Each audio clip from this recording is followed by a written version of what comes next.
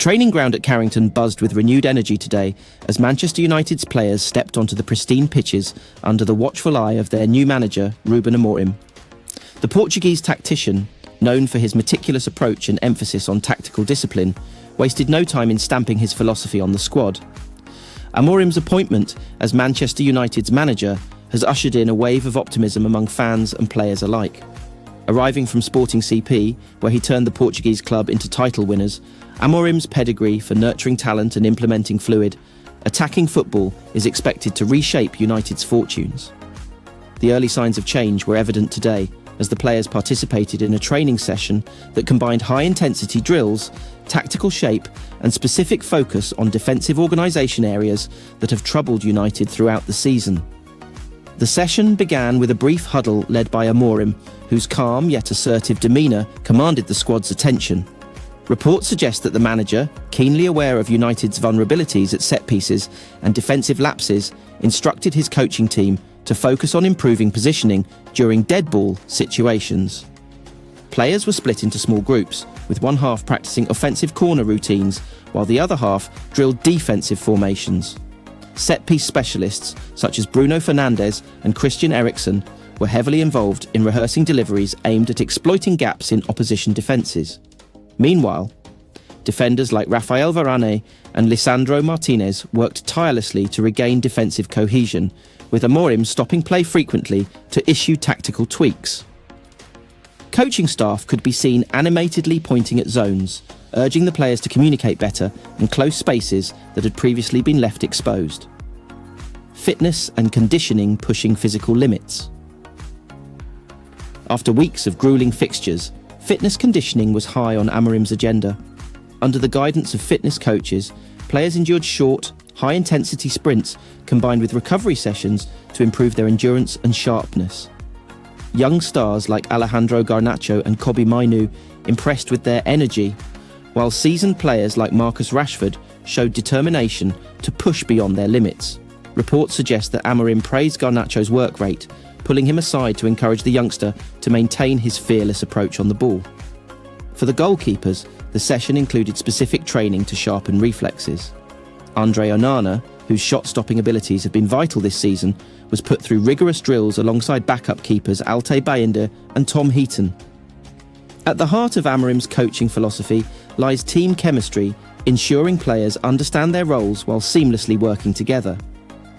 Today's session placed heavy emphasis on quick, one-touch passing drills, fostering better link-up play between the midfield and attack. Bruno Fernandes and Mason Mount orchestrated the tempo in midfield, often breaking into short-sided games that Amorim used to assess pressing intensity and attacking transitions. Anthony Martial, who recently returned from injury, joined in to regain rhythm, linking up effectively with attacking teammates. Amorim's communication style is particularly notable.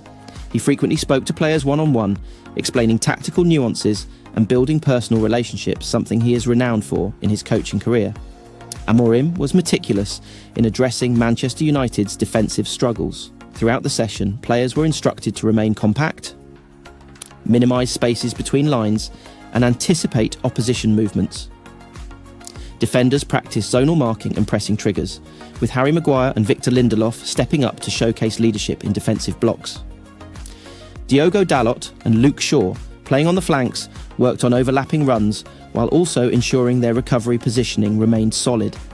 In line with Manchester United's tradition of promoting youth, Amorim's session included academy talents like Willy Cambuala, Isak Hansen Aroen, and Amad Diallo. The manager is reportedly impressed with the talent pool at United and plans to integrate promising youngsters into first-team setups. Kobbie Mainoo, already a fan favourite, featured prominently in midfield drills where his composure and awareness drew praise from teammates. Marcus Rashford and Alejandro Garnacho still have a place at Manchester United, despite not featuring in the win against Manchester City, according to the Match of the Day 2 panel. It comes after Ruben Amorim's post-match interview following his side's dramatic 2-1 comeback win over City at the Etihad Stadium on Sunday. The Red Devils boss raised plenty of eyebrows by omitting both Rashford and Garnacho from his squad, casting doubt over their long-term futures at the club. But Amorim's comments after the game suggest both will be given the chance to work their way back into the side. Next week, next game, new life. He told reporters Rashford and Garnacho are fighting for their places, but for me it's important. The performance in training, the performance in game, the way you dress, the way you eat, the way you engage with teammates, the way you push your teammates. Everything is important when we want to change a lot of things. They have to fight for a place in the team, and today the team proved we can leave anyone out of the squad and manage to win if you play together. Earlier, in what appeared to be a reference to the recent departure of sporting director Dan Ashworth, as well as other staff exits at Old Trafford, Amorim emphasised, "When people in the club are losing their jobs, we have to push our standards really high." Speaking on Match of the Day 2, Danny Murphy interpreted the manager's remarks as a sign that he will select players based on their in-game performance and their commitment in training, suggesting that no player will be completely written off. "I think what's great about Amorim is, as week to weeks go, he's going to play who's playing well and who's training well," he said. I think it was a brilliant interview. He covered Rashford and Garnacho's absence superbly in every detail. He isn't writing people off. They're not done. He's going to give them a fresh start next week, like he said, and I think United fans will have been very impressed with the way he's dealt with it. Ex-City keeper Shay Given agreed, noting, "I think he's handled it really well. If you don't train to the level he expects and put the shifts in both in training and in games, then you won't be in the matchday squad." It was big news this morning when it broke that they weren't in the squad. But he did say they trained this morning and he went and watched them, they trained well. And then he says after the game that they're in contention for next week. But they've got to compete to get back in the team now because they've got a win in the derby. So that backs up his selection. After news of their omissions broke, United legend Gary Neville called on Rashford and Garnacho to respond in the right way after being dropped from the squad. On Sky Sports, he said, "We've been sat in this studio for years as ex-Man United players, saying give your absolute all, and players haven't been running back. We've seen Rashford and Garnacho stand on that left and right wing and not chase back when fullbacks have gone past them and still stay on the pitch. No more. I want Marcus Rashford and Alejandro Garnacho to come back stronger, take the message that they've been given by training at the training ground this morning on a Sunday with no one else there. I want them to take this in the right spirit and become the very best players for Manchester United. I don't care who you are, whether you're Andrei Kanchelskis or Ryan Giggs, David Beckham, Nani, whoever you are as a wide player at Manchester United, you've got to run this way forward as fast as you can and run that way backwards as fast as you can. They have got the talent, they've got the ability, but if they don't do that, there is no place for you in the club, there is no place for you in the team.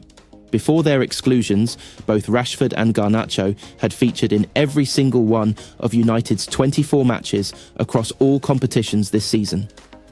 Notably, Garnacho leads as United's top scorer with 8 goals, while Rashford shares second spot with Rasmus Højlund on 7.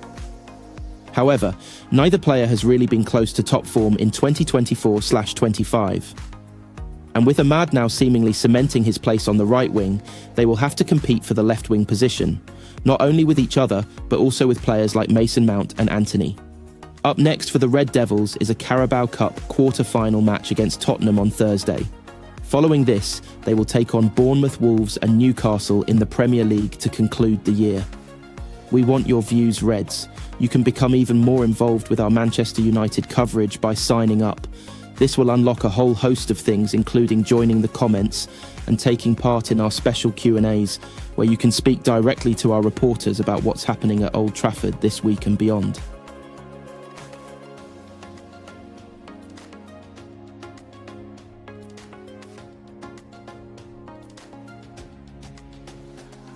In a game packed with drama, passion and resilience, Sporting CP manager Ruben Amorim delivered a heartfelt reflection on his team's incredible last-minute triumph, dubbing the experience a moment of magic.